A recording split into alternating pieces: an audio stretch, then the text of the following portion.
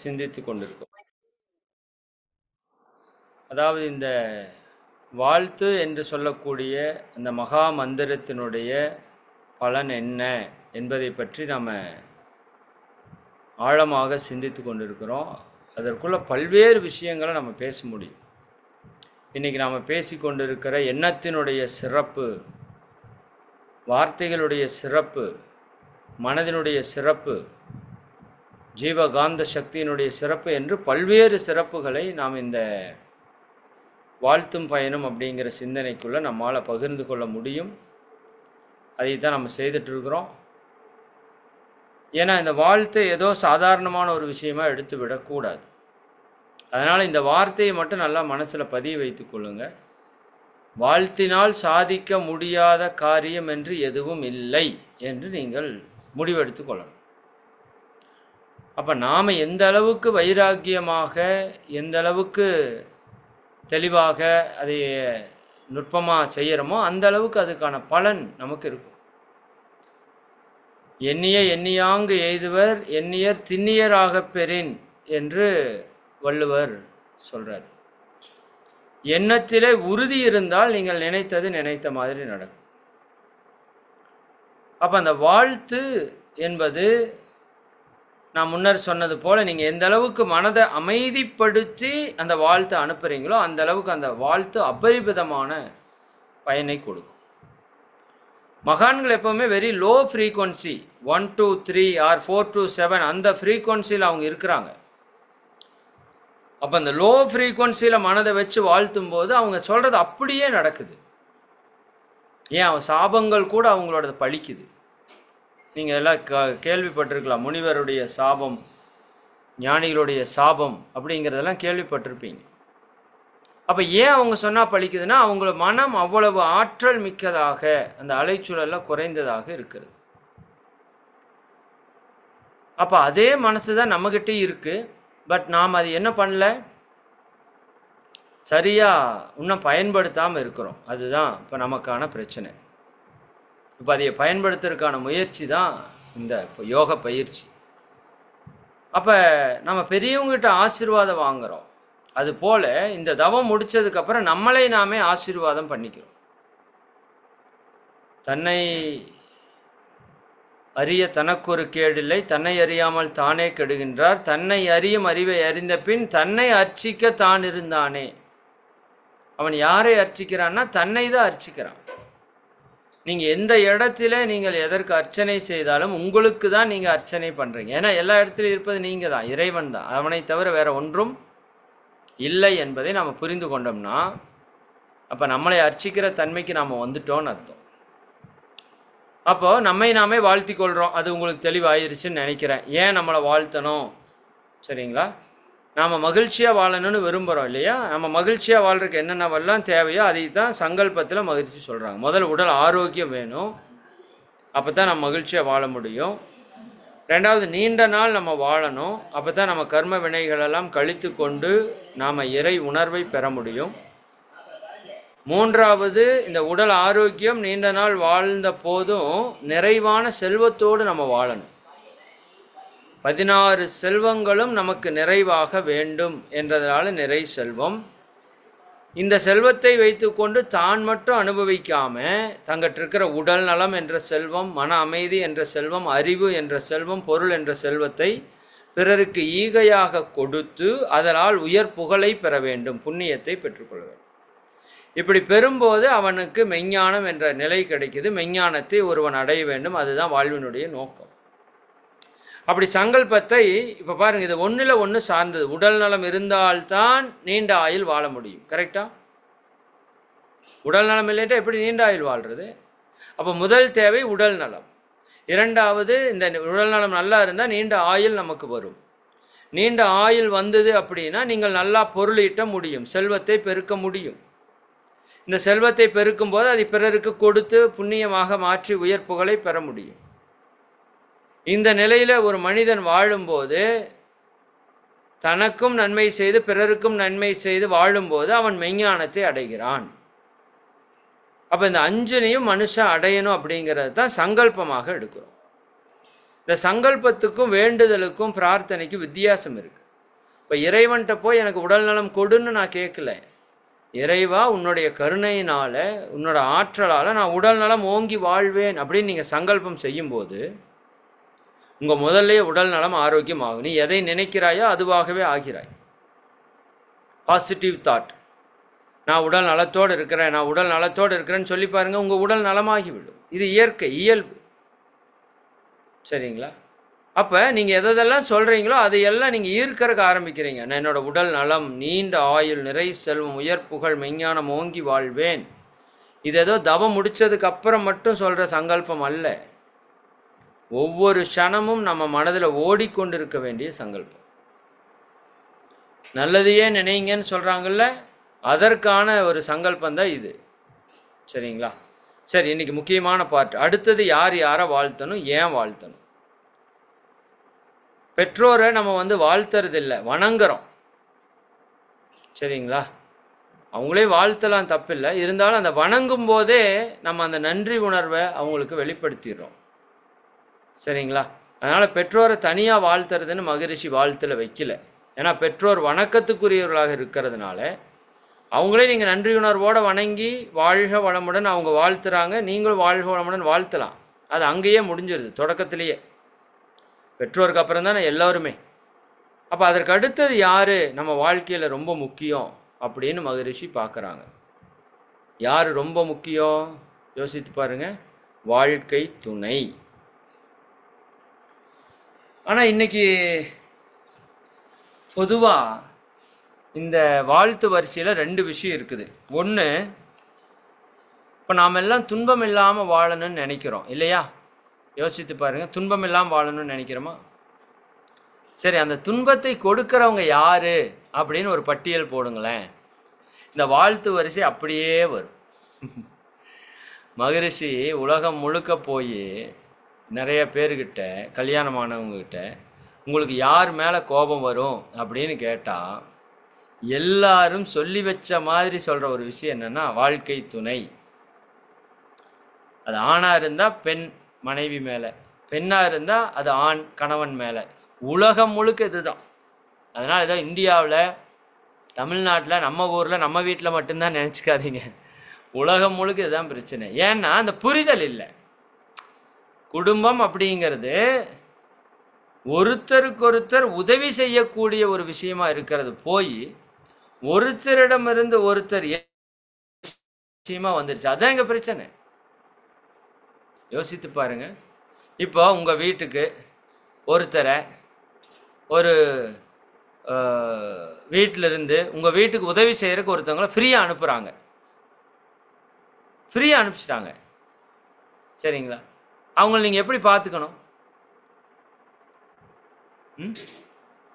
ஒரு உதாரணத்துக்கு சொல்கிறேன். ஒருத்தவங்க வீட்டிலேருந்து உங்கள் வீட்டுக்கு உதவி செய்கிறதுக்கு ஃப்ரீயாக அனுப்பிச்சிட்டாங்கன்னா, சம்பளம் இல்லை, சாப்பாடு போட்டு துணிமணி எடுத்து கொடுத்தா போதும் அப்படின்னா அவங்கள நீங்கள் எப்படி பார்த்துக்கணும்? அது ஒரு விஷயம் இருக்குல்ல. அதே போல தான் ஆணும் அதே மாதிரி தான். அந்த பெற்றோர் 25 வருஷம் பெற்று வளர்த்தி ஆளாக்கி இங்கே கொடுத்து, நீ நல்லா இருக்கணுமா, உனக்கு ஒரு குழந்தை உன் குடும்பம் நல்லா இருக்கணும் அப்படின்னு சொல்கிறதுக்காக வர்றது தான் ஆணும்.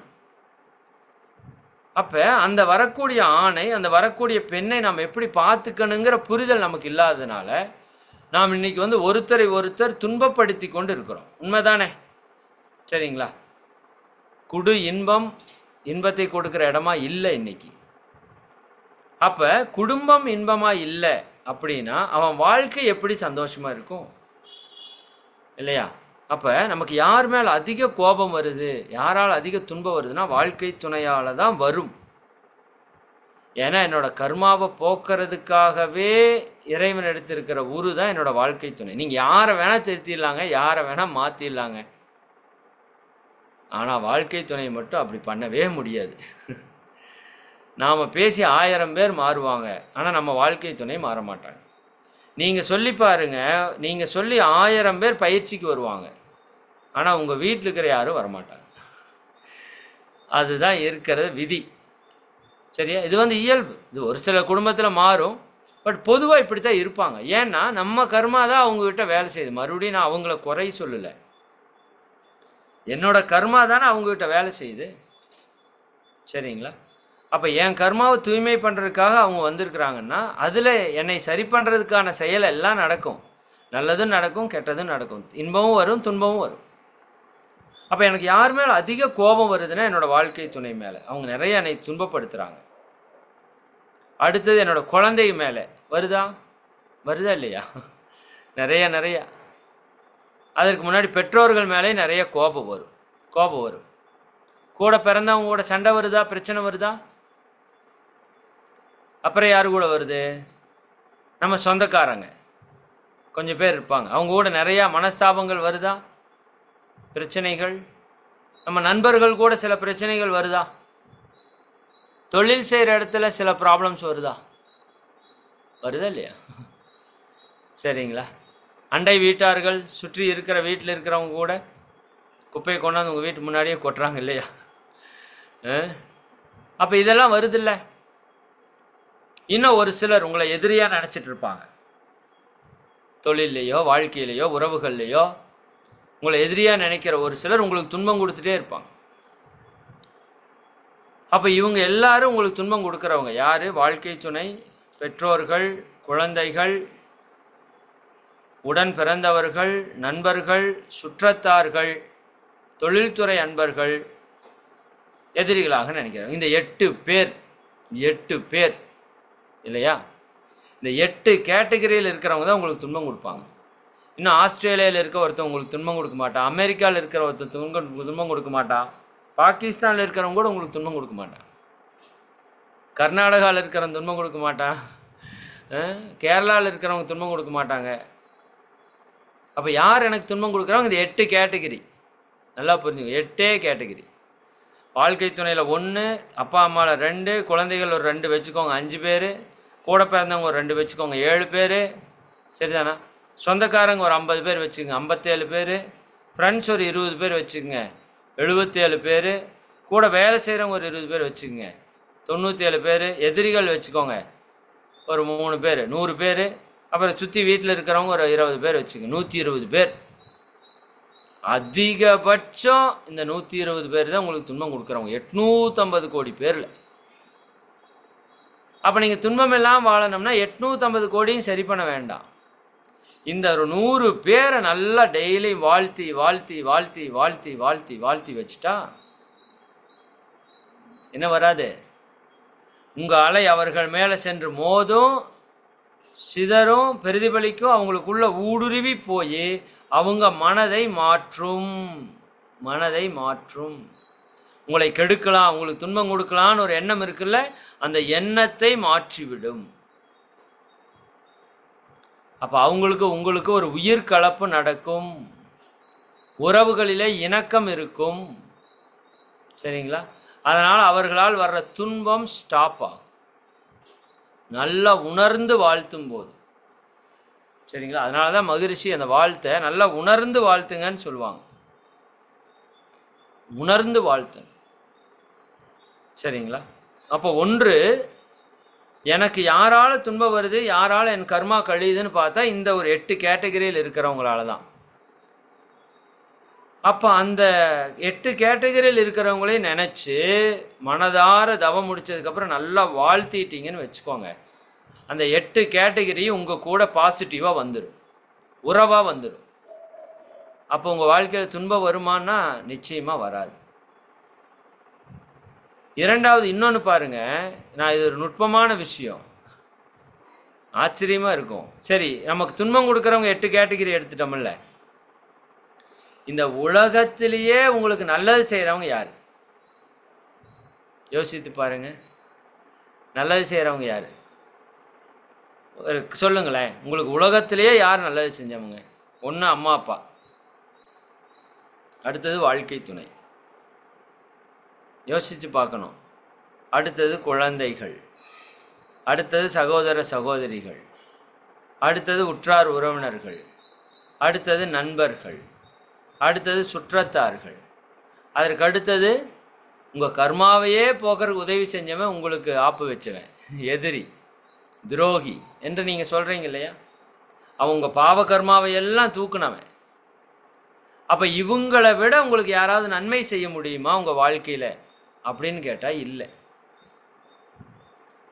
அப்போ இந்த 8 பேரை வாழ்த்துறதுல 2 விஷயம். ஒன்று, எனக்கு துன்பம் கொடுப்பவர்களை வாழ்த்தி வாழ்த்தி வாழ்த்தி வாழ்த்தி அவர்கள் என்னுடைய மனோநிலைக்கு ஒத்து போகிற மாதிரி பண்ணுறது, இன்னும் அவர்களுக்கு நான் ஒத்து போகிற மாதிரி மாறுறது. 2மே நடக்கும். உங்களுக்கு மட்டும் அவங்க மாற மாட்டாங்க, அவங்களுக்கும் நீங்கள் மாறுவீங்க.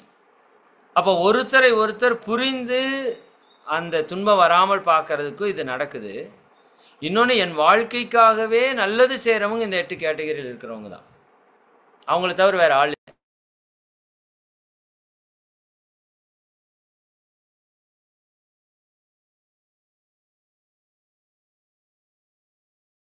அப்போ இந்த 8 கேட்டகரியில் இருக்கிறவங்க தான் எனக்கு அவ்வளவு நன்மை செய்கிறாங்க. யோசித்து பாருங்க, பெற்றோருக்கு நிகரான நன்மை யாராச்சும் செய்ய முடியுமா இந்த உலகத்தில்?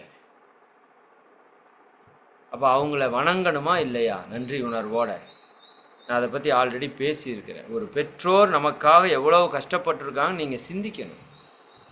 இப்போ இந்த இடம் எங்கே பிரச்சனைனா, நம்ம சிந்திக்கிறதே இல்லை, அதுதான் பிரச்சனை இல்லையா? நம்ம ஓடுற ஓட்டத்தில் ஓடிக்கொண்டே இருக்கிறோம், எதை பற்றியும் சிந்திக்கிறது இல்லை.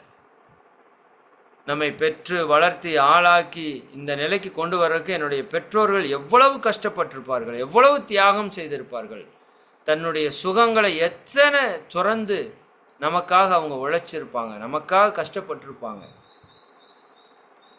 அப்படி ஒரு 2 ஆன்மா இந்த உலகத்தில் இருந்தா அவங்களுக்கு நன்மை செய்கிறத விட என்ன பெரும் புண்ணியம் இருக்குது?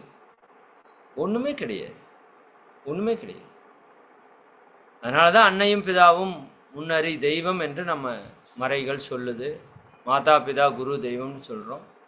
அப்போ பெற்றோரை நம்ம நல்லா பார்த்துக்க வேண்டியது நம்மளுடைய முதல் பொறுப்பு. அவங்கள நல்லா வாழ்த்தணும். வாழ்த்தும் போது அவர்களுக்கு தேவையான எல்லா நன்மைகளும் இயற்கையாகவே நடக்கும். ஒரே நிமிடம்.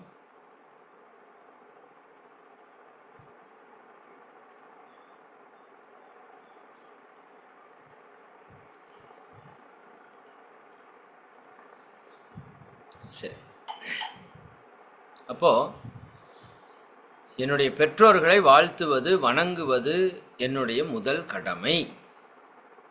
சரிங்களா? ஏன்னா அவங்கள பற்றி நீங்கள் நிறைய பேசலாம், அது இன்றைக்கி பேசினா ரொம்ப டாபிக் போயிடும். நான் அடுத்தடுத்து இருக்கிறவங்களோட இம்பார்ட்டன்ஸ் பேசுகிறேன். பெற்றோருடைய இம்பார்ட்டன்ஸ் நமக்கு ஓரளவுக்கு தெரிஞ்சிடும். வாழ்க்கை துணையோட இம்பார்ட்டன்ஸ் என்ன யோசித்து பாருங்கள். எவ்வளவு விஷயம் அவங்கள பற்றி நம்ம சொல்லணும். ஒரு வாழ்க்கை துணை இல்லை அப்படின்னா தான், அவங்களோட இடம் இல்லைன்னா தான் நமக்கு எவ்வளவு துன்பங்கிறது புரியும். நமக்கு எல்லாம் நிறைய பேருக்கு ஈஸியாக கல்யாணம் ஆயிடுது. இப்போ கொஞ்சம் கஷ்டப்படுறாங்கன்னு வச்சுக்கோங்க. இதுக்கு முன்னாடி ஈஸியாக கல்யாணம் ஆயிடுச்சு. இந்த ஈஸியாக கல்யாணமானது தான் கல்யாணத்துக்கே பெரிய பிரச்சனை. எதுவுமே ஈஸியாக கிடைச்சா கஷ்டம் தானே. சரிங்களா? அந்த மாதிரி நான் அதை தான் முன்னாடியே சொன்னேன். எங்கேயோ பிறந்து எங்கேயோ வளர்ந்து, நான் உங்களுக்கு மனைவி நல வேட்பு விழாவில் அதை பற்றி நிறைய பேசியிருப்போம், கணவன் மனைவி உறவுகளை பற்றி. சரிங்களா? அப்போ பெற்றவங்க கூட நமக்கு நம்மளோட குழந்தை, நம்மளோட தொப்புள் கொடி உறவு என்று ஒரு உறவு இருக்குது. அதுக்கு அவங்க நன்றி கடனோடு செய்கிறாங்க, நாம் திரும்பி செய்கிறோம். பட் இந்த வாழ்க்கை துணை அப்படிங்கிறவங்க எங்கேயோ பிறந்தவங்க, எங்கேயோ வாழ்ந்தவங்க, எங்கேயோ வளர்ந்தவங்க. அவங்க என்னுடைய வாழ்க்கைக்கு வந்து நல்லது செய்கிறேன்ட்டு வர்றாங்கன்னா அவங்கள நம்ம எப்படி பார்த்துக்கணும் யோசித்து பாருங்கள். அவங்க இல்லைன்னா, அவங்க தான் உங்களுக்கு பிரச்சனைன்னு சொல்கிறோமே, அவங்க இல்லைன்னா பரவாயில்லையா? அவங்க இல்லாமல் வாழ்ந்துடலாமா? அதுவும் முடியாது இல்லையா? அப்போ நம்ம மிகை குணம் நாடி குற்றம் நாடி அவற்றுள் மிகை நாடி மிக்க கொள்ளன்னு சொல்வார் வள்ளுவர். ஒரு மனிதனை பார்த்தா அவனுடைய குணத்தை அனலைஸ் பண்ணு, அவன்கிட்ட இருக்கிற குற்றங்களை அனலைஸ் பண்ணு. இந்த 2ல் எது அதிகமாக இருக்குதோ அதை வைத்து அந்த மனிதனை முடிவு பண்ணி அவங்க கூட பழகணுமா வேண்டாமான்னு முடிவு பண்ணு. குணம் நாடி குற்றமும் நாடி அவற்றுள் மிகை நாடி மிக்க கொள், நல்லதை எடுத்துக்கோ. அப்போ நம்ம வாழ்க்கை துணை நமக்கு செஞ்ச நன்மைகள் எவ்வளவு எவ்வளவு என்று நாம் ஒரு நாளாவது யோசிச்சிருக்கோமா? ஒரு பெண் காலையில் அந்த ஆண் எந்திரிச்சதுலேருந்து, ஒரு டீ போட்டு கொடுக்கறதுலேருந்து, சாப்பாடு செஞ்சு வைக்கிறதுலேருந்து, அந்த வீட்டை பார்த்துக்கிறதுலேருந்து, குழந்தையை பார்த்துக்கிறதுலேருந்து, வீட்டை சுத்தம் பண்ணுறது வரைக்கும், அவங்க ஜட்டி மணியன் முதல் கொண்டு துவைச்சி போடுறது வரைக்கும், அவங்க உட்கார டாய்லெட் வரைக்கும் க்ளீன் பண்ணுறது வரைக்கும் சொல்லுங்க. அவங்க துணியை அயன் பண்ணி கொடுக்கறது, எவ்வளவு உதவிகளை ஒரு பெண் ஒரு ஆணுக்கு செய்கிறான். சரிங்களா? இது உடல் சார்ந்த, இன்னும் உயிர் சார்ந்த, அறிவு சார்ந்த, ஆன்மா சார்ந்த எவ்வளவோ நன்மைகள் வாழ்க்கை துணை மூலமாக நமக்கு கிடைக்குது. அதனால தான் சொல்வார் பாரதியார், காதல் செய்யும் மனைவி கணவன் தெய்வம் கண்டீர். காதல் அன்பு செய்யக்கூடிய மனைவியோ கணவனோ தெய்வம் கண்டீர். கடவுள் நிலை அவராலே எய்தல் கூடும். என்ன நிலை? கடவுள் நிலை, பேரின்ப நிலை, இறைநிலைன்னு சொல்கிறீங்கள, கணவன் மனைவி உறவாலே அடைய முடியும். இதான் தந்திரால சொல்லி கொடுக்குறாங்க. பாலுணர்வின் போது எப்படி இறை உணர்வை பெறுவது, தந்திராவோட மெயின் கான்செப்ட் அதுதான். அப்போ கணவன் மனைவி உறவு என்பது இந்த கோவில்களில் சிற்பங்களில் கூட அந்த பாலுறவை காமிச்சிருப்பாங்க. அப்போ அது கொச்சையானது அல்ல அப்படின்னு நம்ம புரியணும். அப்போ அந்த ஒரு நம்ம உடல் உயிர் மனம் எல்லாவற்றையும் தியாகம் செய்யக்கூடிய ஒரே உறவு கணவன் மனைவி உறவு தான். வேற எங்கேயுமே அதை அப்படி பண்ண முடியாது. அதனால தான் மகிழ்ச்சி சொல்லுவாங்க, இல்வாழ்க்கை துணை இறைவனுடைய இன்னொரு வடிவம். நம்ம கர்மாவை போக்குவதற்காக இறைவன் எடுத்து வந்த வடிவம். கணவன் மனைவி உறவை தவிர மிக உயர்ந்த உறவு என்று இந்த உலகத்தில் எதுவும் கிடையாது. அதற்கு ஈடு இணை கிடையாது. அது ஒரு தெய்வீக உறவு. அதை போற்றி பாதுகாக்கும் போது அந்த உலகம் அமைதி பெறும் என்று சொல்வார். புரிதலோட, ஒருத்தருக்கு ஒருத்தர் புரிதலோட, அன்போட, விட்டு கொடுத்தலோட அங்கே இது நிகழணும். அதுபோல கணவனை பற்றி சிந்திக்கணும் மனைவி. அவர் காலையிலிருந்து மாலை வரை இவ்வளவு கஷ்டப்படுறார். யாருக்காக? என்னுடைய குடும்பத்துக்காக, எனக்காக. அப்போ இந்த ஒரு நன்றி உணர்வு வரும்போது வாழ்த்து தானாக வரும். இவங்க இல்லைன்னா நான் எப்படி இருப்பேன், அப்போ இவங்களை நான் எப்படி நல்லா வச்சுக்கணும், யோசித்து பாருங்கள். சரிங்களா? அப்போ அவங்க நல்லா இருக்கணும்னு வாழ்த்தணும். ஏன்னா நீங்கள் எவ்வளவு தான் மற்ற எல்லாமே உங்களுக்கு நல்லா அமைஞ்சாலும் கணவன் மனைவி உறவு நல்லா அமையலைன்னா உங்கள் வாழ்க்கை என்பது வீணாக போகும். நல்லா புரிஞ்சுக்கணும். நம்ம வாழ்க்கைக்கான அடிநாதமே அந்த உறவுல தான் இருக்குது, கணவன் மனைவி உறவுல தான் இருக்குது. நீங்கள் யோசித்து பாருங்களேன், இந்த ஒரு உறவு கெட்டு இருந்ததுன்னா உங்களுக்கு எது சந்தோஷத்தை கொடுக்கும்? எல்லாமே துக்கத்தை கொடுக்கும். அந்த மாதிரி ஆயிடும். அப்போ இந்த உறவை நம்ம ஸ்ட்ராங்காக நல்லா வச்சுக்கணும். இறைவன் கொடுத்த உறவு, மனிதன் கொடுத்த பணம், இந்த ரெண்டையும் நம்ம புரியணும். இப்போ இறைவன் கொடுத்த உறவை நீங்கள் நல்லா பிடிச்சுக்கணும். உங்கள் கர்மா, உங்களுக்குள்ளே இருக்கிற இறை ஆற்றல் இவங்க கூட உங்களை இணைச்சி வச்சிருக்குது அப்படின்னா இப்போ நம்ம எவ்வளவு அந்த உறவை பாதுகாக்கணும், அவங்களை எப்படி நல்லா வச்சுக்கணும்னா அவங்களை நல்லா வாழ்த்தி வாழ்த்தி வாழ்த்தி நீங்கள் வாழ்த்தும் போது அவங்களுக்கு உடல் நலம், நீலாயுள் எல்லாம் கிடைக்கும். 16 செல்வமும் கிடைக்கும் அவங்களுக்கு. அப்போ அவங்க நல்லா இருந்தால் தான் நம்ம நல்லா இருக்க முடியும். எந்த வீட்டிலே பெண் மகிழ்ச்சியாக இருக்கிறாளோ அந்த குடும்பம் தான் மகிழ்ச்சியாக இருக்கும். அப்போ கணவன் மனைவி ஒருத்தரை ஒருத்தர் மதித்து விட்டு கொடுத்து சகித்து கொண்டு பொறுமையாக அன்போடு கருணை இவை கொண்டு மகிழ்ச்சி சொல்லுவாங்க. ஒருவரை ஒருவர் மகிழ்ச்சியோடு வாழ வைத்து கொள்ளும்போது தான் அந்த குடும்பம் நல்லா இருக்கும். அப்போ கணவன் மனைவியை, மனைவி கணவனை வாழ்த்துறது முதல். அதுக்கப்புறம் குழந்தைகள், நாம் பெற்ற குழந்தைகளை வாழ்த்துறோம். ஏன் குழந்தைகளை வாழ்த்தணும்? நீங்கள் யாருக்காக வாழ்கிறீங்க? குழந்தைகளுக்காகத்தான். குழந்தை பிறக்கிற வரைக்கும் நம்ம உலகமே வேற. ஒரு குழந்தை பிறந்துருச்சுன்னா அந்த பெற்றோர் அந்த வாழ்க்கையை முழுக்க முழுக்க அந்த குழந்தைகளுக்காகவே வாழ்கிறாங்க. அந்த குழந்தையை படிக்க வைக்கிறது, அந்த குழந்தைக்கு தேவையானதை செய்ய, பொருளை வாங்கி கொடுப்பது, அந்த குழந்தைக்கான திருமணத்து வரைக்கும், அதுக்கப்புறமா அந்த பேரம்பேத்திகளை பார்த்துக்கிறதுன்னு வாழ்க்கை முழுக்க அந்த குழந்தைகளுக்காகவே அர்ப்பணிக்கிறவங்க பெற்றோர்கள். அப்போ அந்த குழந்தைகளை நம்ம வாழ்த்தணுமா வேண்டாம்? அந்த குழந்தைகள் நல்லபடியாக வரணும், நல்ல இந்த சமுதாயம் போற்றக்கூடிய குழந்தைகளாக வரணும், அறிவில் சிறந்த குழந்தைகளாக வரணும், உடல் ஆரோக்கியத்தோட மன அமைதியோட எல்லோருக்கும் நல்லது செய்யக்கூடிய குழந்தைகளாக வரணும் அப்படின்னு அந்த குழந்தைகளை என்ன பண்ணணும்? நல்லா வாழ்த்தணும். ஏன்னா ஒரு குழந்தை தப்பான வழியில் போயிடுச்சுன்னா அந்த பெற்றோரோட நிம்மதி போயிடுச்சுன்னு அர்த்தம். நல்லா புரிஞ்சுக்கோ. அதே போல் அந்த குழந்தை ஒரு வாழ்க்கையில் கஷ்டப்படுறது அந்த பெற்றோர் பார்த்தாங்கன்னா அது மாதிரி துன்பம் அந்த குடும்பத்துக்கே கிடையாது. தன்னுடைய குழந்தைகள் பையனோ பொண்ணோ ஒரு பக்கம் கல்யாணம் பண்ணி போகிறாங்க, அங்கே சந்தோஷமாக இருக்கிறாங்கன்னா அது மாதிரி ஒரு சந்தோஷம் இந்த குடும்பத்தில் அம்மா அப்பாவுக்கு இல்லை. ஆனால் அதே அவங்க அங்கே துன்பப்படுறாங்கன்னா அது மாதிரி ஒரு துன்பம் உங்கள் உலகத்திலேயே அந்த துன்பம் வராது, இருக்காது. அவ்வளோ துன்பம் வரும். அப்போ என் குழந்தைகளோட வாழ்க்கை நல்லா இருக்கணும்னா நீங்கள் டெய்லி உங்கள் குழந்தைகளை நினச்சி வாழ்க வளமுடன் வாழ்க வளமுடன் மனதார வாழ்த்து. குழந்தைகளை வாழ்த்துங்கள் அப்படின்னே சொல்லி ஒரு லிஸ்ட் இருக்குது. நான் அதை உங்களுக்கு சொல்கிறேன், பின்னாடி சொல்கிறேன் ஒரு நாள். அப்போ அந்த குழந்தைகளை நீங்கள் நல்லா வாழ்த்திட்டே வரணும். ஏன்னா இன்றைக்கி இருக்கிற சமுதாயத்தில் குழந்தைகள் கெட்டு போகிறதுக்கு நிறைய வாய்ப்புகள் இருக்குது. நல்லா அவங்களுக்கு அருள் காப்பு கொடுத்து நல்லா வாழ்த்து சொல்லிகிட்டே வரணும். இப்போ குழந்தைகள் நல்லா இருப்பாங்க, குழந்தைகளுக்கு நமக்கும் இருக்கிற உறவு நல்லா இருக்கும், இனிமையாக இருக்கும். இன்றைக்கி நிறைய பிரச்சனை குழந்தைகளுக்கும் பெற்றோர்களுக்கும், ஜென்ரேஷன் கேப். அப்போ அதை மாற்றணும்னா வாழ்த்தணும். சகோதர சகோதரிகள், சக உதிரம். இந்த உதிரம் எங்கிருந்து வந்ததோ அதே உடலிலிருந்து வந்த உயிர் தான் அவங்க. அதனால் அவங்க உங்களுக்கு நல்லது செய்கிறாங்களோ கெட்டது செய்கிறாங்களோ சரிங்களா, இந்த பிறப்பில் நம்ம கூட பிறந்துட்டாங்க. யாரும் பெருசாக கெட்டது செய்ய மாட்டாங்க. நம்ம கர்மா அப்படி இருந்தால் அவங்க கெட்டது செய்வாங்க, நம்ம கர்மா நல்லா இருந்தால் நல்லது செய்ய போகிறாங்க. அவங்களுக்கு அதுக்கு சம்மந்தம் இல்லை. அதை புரிந்து கொண்டு அந்த சகோதர சகோதரிகளுக்கு எனக்கு என்ன ஒரு பெரிய ஒற்றுமை இருக்குன்னா, இப்போ பல கோடி வருஷமாக அந்த உயிர் ட்ராவல் பண்ணிட்டு வருதுன்னு சொன்னோம்ல, அம்மா அப்பா மூலமாக நமக்கு வந்த உயிர். அந்த உயிர் அம்மா அப்பாட்டிருந்து வந்து ஒரு வருஷத்துக்கு அப்புறம் முன்னாலேயோ பின்னாலேயோ என்னோட சகோதர சகோதரி பிறந்திருக்காங்க. அப்போ எனக்கும் அவங்களுக்கும் கிட்டத்தட்ட கர்மவினை எப்படித்தான் இருக்கும், ஒரே மாதிரி தான் இருக்கும். 99.99% எனக்கும் என்னுடன் பிறந்தவர்களுக்கும் கர்மவினை ஒரே மாதிரி தான் இருக்கும். 99% அப்படி தான் இருக்கும். சரிங்களா? அந்த 1% மாறுறதுல தான் கேரக்டர் மற்றது எல்லாமே மாறி போகிறது. சரிங்களா? அப்போ எனக்கு ஒரு துன்பம் வந்தால் அவங்களுக்கு அந்த துன்பம் பாதிக்கும், அதுபோல் அவங்களுக்கு ஒரு துன்பம் வந்தால் எனக்கு அந்த துன்பம் பாதிக்கும்.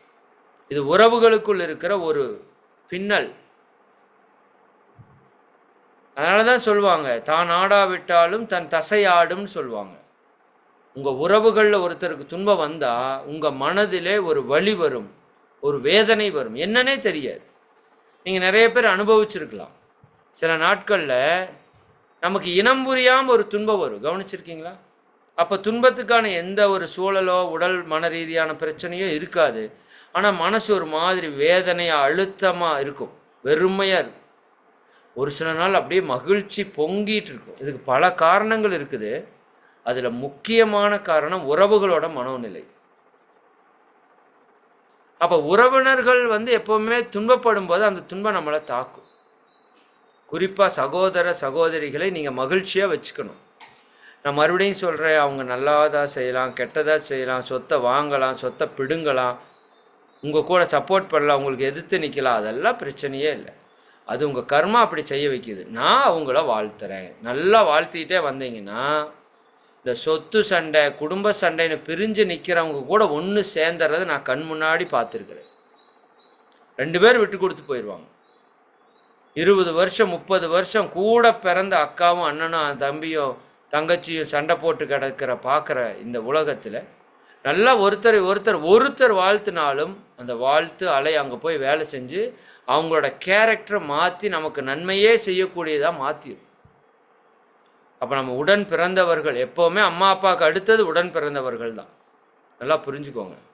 அம்மா அப்பாவுக்கு அடுத்தது வாழ்க்கை துணை முக்கியம், அதற்கு அடுத்தது குழந்தைகள், அதற்கு அடுத்தது உடன் பிறந்தவர். சில குடும்பங்களில் வாழ்க்கை துணை குழந்தைகள் கூட சரியில்லைன்னா உடன் பிறந்தவர்கள் அவங்கள காப்பாற்றுறது நம்ம பார்க்க முடியுது. ஏன்னா அம்மாவுக்கு இணையாக அப்பாவுக்கு இணையாக நம்மை பார்த்து கொள்ள வேண்டிய பொறுப்பு நம்ம கூட பிறந்தவங்களுக்கு இருக்குது. அதனால தான் நிறைய குடும்பத்தில் ஒத்த பிள்ளை பெற்றுக்க மாட்டாங்க. ஒத்த பிள்ளை பெற்றா அது தனிச்சு போயிடும், அதுக்கு யாரும் உதவிக்கு இருக்க மாட்டாங்க பிற்காலத்தில். அப்போ கூட ஒரு குழந்தை இருந்தால் 2 பேரும் அக்கா தங்கச்சி அண்ணன் தம்பின்னு ஒருத்தருக்கு உதவி ஒத்து வாழக்கூடிய ஒரு தன்மை வரும். அது ஒரு பலம். தம்பியுடையான் படைக்கு அஞ்சான் அப்படின்னு சொல்லுவாங்க இல்லையா? அந்த மாதிரி தம்பி அண்ணன் அக்கா தங்கை உறவுகள் எல்லாம் எவ்வளவு ஒரு துன்பத்தில் இருக்கிற போது நம்மை மீட்டெடுக்கக்கூடிய சக்தி அவங்ககிட்ட இருக்கும். அப்போ அப்படி இருக்கிற உறவுகளை நம்ம மதித்து போற்றி வாழணும். நமக்கு துன்பமே அவங்க கொடுத்தாலும் கர்மா கழிஞ்சதுன்னு சொல்லி அவங்கள வாழ்த்தி அவங்களோட மன ஆற்றுப்படுத்தி அவங்களோட இணைஞ்சு வாழ்றதுக்கு முயற்சி பண்ணணும். அதுக்குன்னு ரொம்ப போய் கை கால் விழுகணும்னு சொல்லலை. நீங்கள் வாழ்த்துறது நல்லா வாழ்த்திட்டு வாங்க. அந்த உறவுகள் நல்லா இருந்தால் இன்னும் பலமாகும். நிறைய படம்லாம் வருதே, உடன்பிறப்பேனால ஒரு படம் வந்தது. தன் அண்ணனுக்கு குழந்தை பிறக்காதனால அந்த தங்கச்சி குழந்தையே பெற்றுக்காமல் இருக்கிறது. நாட்டாமின்னு ஒரு படத்தில் தன்னோட கொழுந்தனார்களுக்கெல்லாம் திருமணமாகி இருக்கிறது, அவங்கெல்லாம் குழந்த மாதிரி இருக்கிறாங்க. இவங்க இப்படியெல்லாம் இருக்கிறாங்க, இல்லைன்னெல்லாம் சொல்லாதீங்க, இருக்கிறாங்க. அந்த அளவுக்கு உறவுகளை மதித்து வானத்தை போல படமெல்லாம் பார்த்தீங்கன்னா ரொம்ப ரேரு, பட் அப்படியெல்லாம் இருக்கிறாங்க.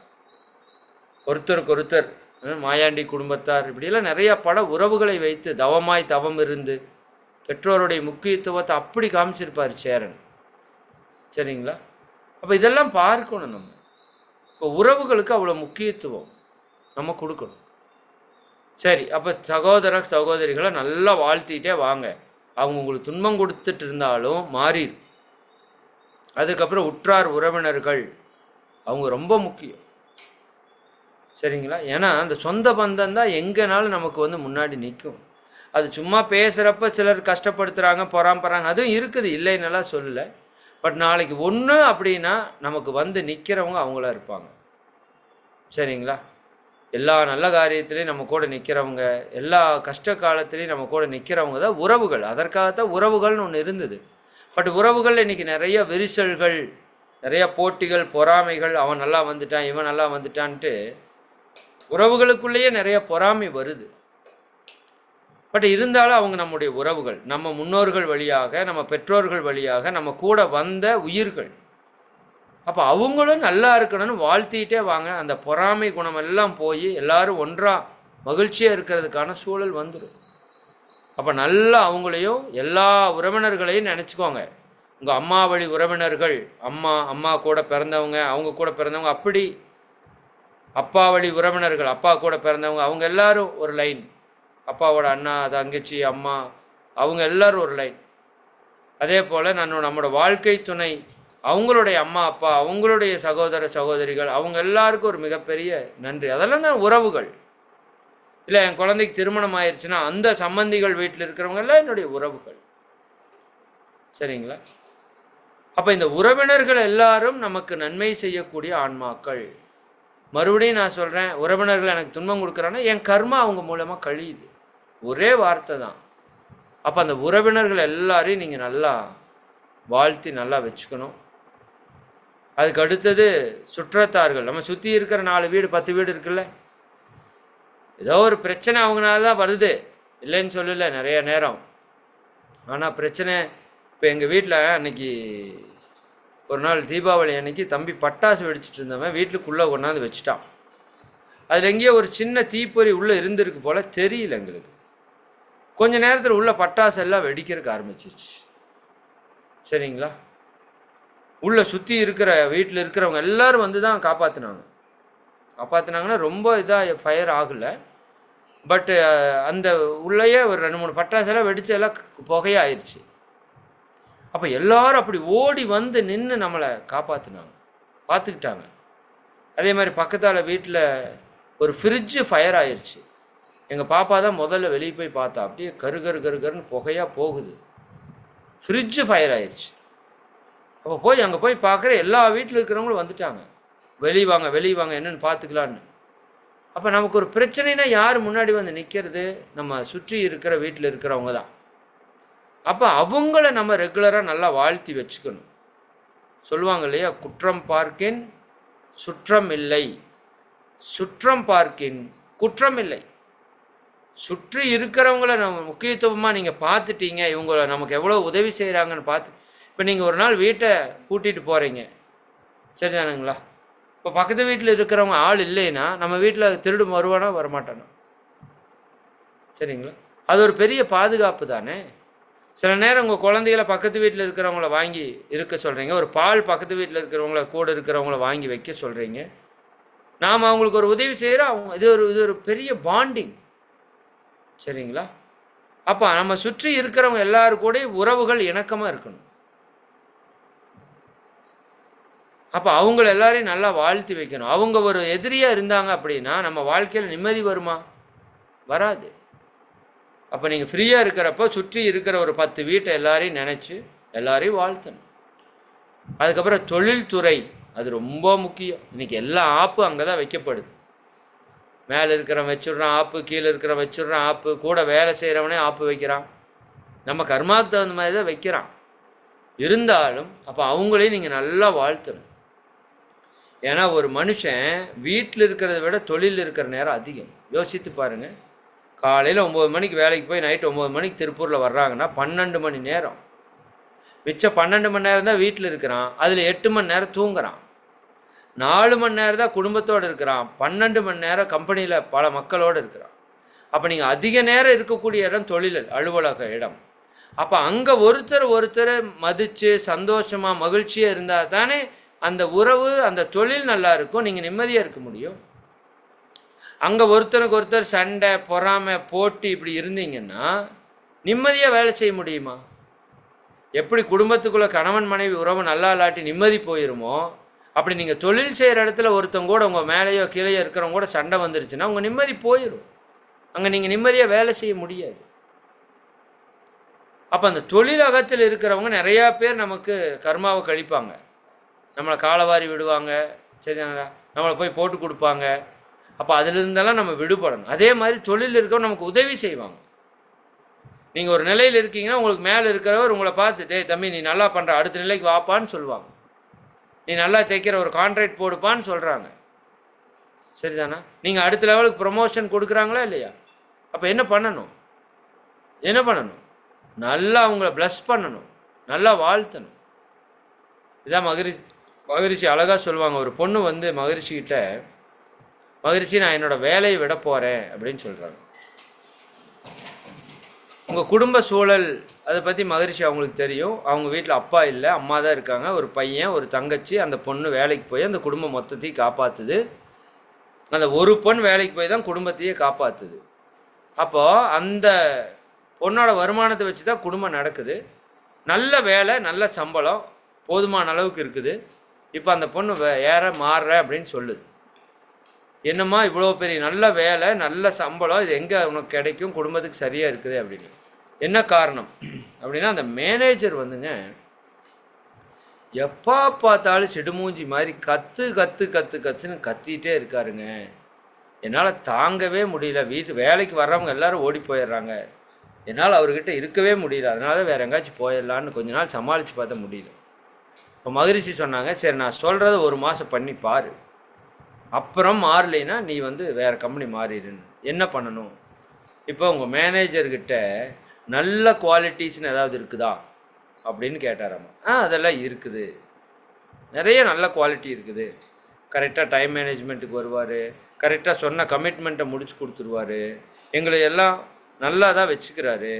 அதே போல் சம்பளம் கரெக்டாக டைமுக்கு கொடுத்துட்றாரு, லீவு கேட்டால் கரெக்டாக கொடுத்துட்றாரு. சரிங்களா? ஆனால் இந்த தொழில் வர்றப்போ ஏதோ ஒரு இடத்துல டென்ஷன் ஆகிட்டா எல்லாத்தையும் கண்டபடிக்கு திட்டுறாரு. சரிங்களா? எல்லாரையும் தாறுமாறாக திட்டுறாரு. அதான் எல்லாருக்கும் மன உளைச்சலாக இருக்குது, எல்லோரும் பயப்படுறாங்க. சரி நீ என்ன பண்ணு, உங்கள் மேனேஜரை நினச்சி, அவர்கிட்ட இருக்கிற நல்ல குவாலிட்டியெல்லாம் நினச்சி, நல்ல குவாலிட்டி மட்டும் நினச்சி, அவர் நல்லா வாழ்க வளமுடன் வாழ்த்திட்டே வா. கொஞ்ச நாள், 1 மாதம் வாழ்த்து.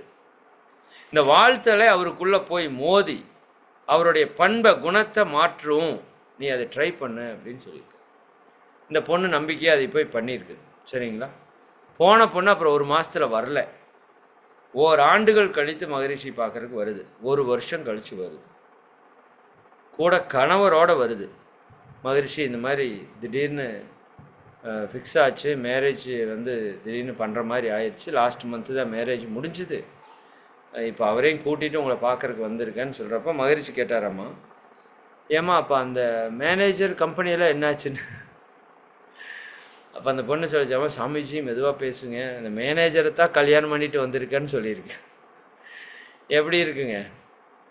எந்த மேனேஜருக்காக அந்த கம்பெனி விட்டு ஓடணுன்னு அந்த பொண்ணு சொல்லிச்சோ, அந்த மேனேஜரையே கல்யாணம் பண்ணிட்டு அங்கே வந்திருக்கு. எப்படி இது நடந்தது? சரிங்களா? எப்படி நடந்தது? அப்போ இந்த ஒருத்தர் நீங்கள் புரிந்து உணர்வோடு வாழ்த்தும் போது அந்த கோபமெல்லாம் தணிந்து ஒருத்தரை ஒருத்தர் புரிந்து அன்பாக மாறி அவரையே திருமணம் செய்கிற அளவுக்கு வந்திருக்குதுன்னா, அதுக்கு நம்ம ஒர்க் பண்ணுற இடத்துல எல்லாத்துக்கூடையும் நமக்கு கல்யாணம் நடக்காது. சரிங்களா? நீங்கள் அப்படி ஏதாவது நினச்சிக்காதீங்க. புரிதல் சரிங்களா? அந்த புரிதல் சரியாக வரும், சிறப்பாக வரும். அவங்களால் நமக்கு தொந்தரவு வராது, துன்பம் வராது. அவங்கள நம்மளை உயர்த்துறதுக்கு தான். ஏன்னா நாம் நீங்கள் நல்லா இருக்கணும்னு நினைக்க நம்ம நிறைய பேர் என்னென்னா நெகட்டிவாக நினைக்கிறோம். உறவுக்காரனா அவன் ஆகாதப்பா, அவன் வந்தாலே நமக்கு ஏழ்றதானப்பா அப்படிங்கிறோம். கூட வேலை செய்கிறவன் ஐயோயோயோயோ எல்லாம் பொறாம பிடிச்சி திரியிறானுங்கப்பா அப்படி தான் பேசுகிறோம். புரியுதல்? அப்போ எல்லாரையும் நெகட்டிவாக பார்த்து நம்மகிட்ட இருந்து எதிர்மறையான எண்ணம் போய் நான் உங்களுக்கு ஒரு இந்த சந்தன வியாபாரியோட இது சொன்னேன் இல்லையா? அந்த சந்தன வியாபாரி அந்த மன்னன் போகிறப்பெல்லாம் மன்னன் அவனை கொல்லலான்னு நினைக்கிறான். என்ன காரணம்னா அவனுக்கு சந்தனம் வைக்கல.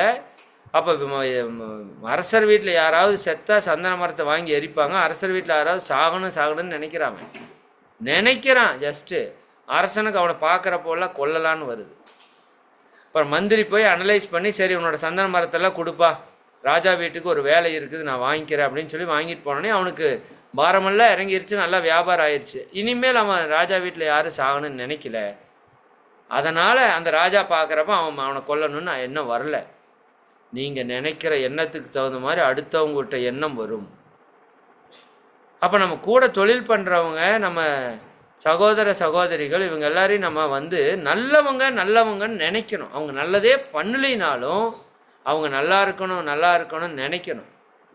நினைக்க நாம் எதை நினைக்கிறோமோ அது நடக்கும்.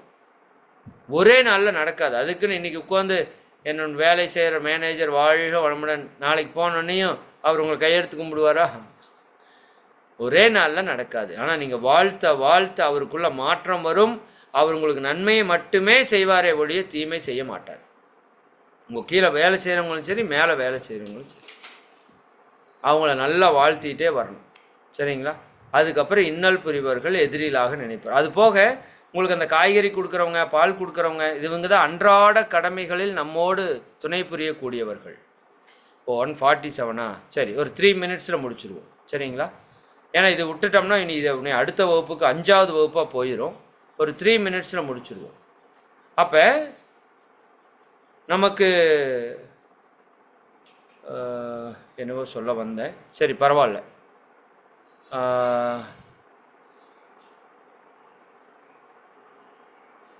ஓகே, சரி, மெசேஜ் பார்த்து மறந்துட்டேன். ஓகே, அப்போது இன்னல் புரிவோர் எதிரிகளாக நினைப்போர். சரிங்களா? அதைத்தான் இன்னொன்று சொல்ல வந்தேன். நம்ம வீட்டுக்கு பால் போடுறவங்க, குப்பை வண்டி எடுத்துகிட்டு வர்றவங்க, தள்ளிட்டு வர்றவங்க, அயன் பண்ணி கொடுக்குறவங்க, ஒரு மளிகை கடை இருக்குது ரெகுலராக வாங்குவோம், இவங்க எல்லாருமே நமக்கு உதவுறவங்க. தினசரி கடமைகளிலே நம்மோடு தொடர்புடைய அன்பர்கள் அப்படின்னா என்ன? என்னோட கடமையில் எனக்கு தொடர்புடைய இருக்கிற எல்லாரும். சரிங்களா? இந்த ஆன்மீக அமைப்பை கூட நீங்கள் அந்த இடத்துல வாழ்த்தணும். நம்முடைய நண்பர்களில் இதில் இருக்கிறவங்க வருவாங்க, உறவினர்களில் வருவாங்க, பின்னாடி ஆன்மீக அமைப்பையும் வச்சுருக்கிறோம். அதே போல் இந்த நமக்கு தொடர்புடைய அன்பர்களில் ஆன்மீக அமைப்பு நமக்கு ஒரு பெரும் பங்கா இல்லையா? மகிழ்ச்சி கொடுத்த மிகப்பெரிய ஒரு வரம் இல்லையா அது? அப்போ இவங்க எல்லாரும் நல்லா இருக்கணும்னு நல்லா வாழ்த்தணும். குழந்தைகளாக இருந்தாங்கன்னா ஸ்கூலை வாழ்த்த சொல்லணும். ஸ்கூலில் இருக்கிற ஆசிரியர்கள், மாணவர்கள் எல்லாரையும் வாழ்த்த சொல்லணும். அப்படி வாழ்த்தும் போது அந்த கல்வி அவங்களுக்கு ரொம்ப நல்லா இருக்கும், படிப்பு ரொம்ப நல்லா இருக்கும். சரிங்களா? அப்போ எதிரியை கூட நம்ம வாழ்த்தும் போது அவன் மனம் மாறி நமக்கு நல்லது செய்கிறக்க ஆரம்பிப்பான், துன்பம் கொடுக்க மாட்டான். இப்படி எல்லாரையும் வாழ்த்திட்டு அதுக்கப்புறம் மழை வாழ்த்துறோம். ஏன்னா நீரின்றி அமையாது உலகு. அப்போ அந்த உலகம் நல்லா இருக்கணும்னா இந்த உலகம் முழுக்க நினச்சி, உலகம் முழுக்க அப்படியே மழை பெய்யுது, ஏரி குளம் கிணறு ஆறு எல்லாம் அப்படியே நிரம்பி வழியுது, மாறி அப்படியே எல்லா பக்கம் அளவாக பொழியுது. மாறி பொழியுதுன்னு சொல்லல பாருங்கள், அளவாய் பொழிக. எச்சா பொழியவும் கூடாது. கம்மியாக பொழிஞ்சாலும் பிரச்சனை, எச்சா பொழிஞ்சால் அதை விட பிரச்சனை. வெள்ளமாகி ஊரையே துவம்சம் பண்ணும். மாறி அளவாய் பொழிக, மக்கள் வளமாய் வாழ்க, அப்படி வாழ்த்துறோம். அப்புறம் உலக நல வாழ்த்து.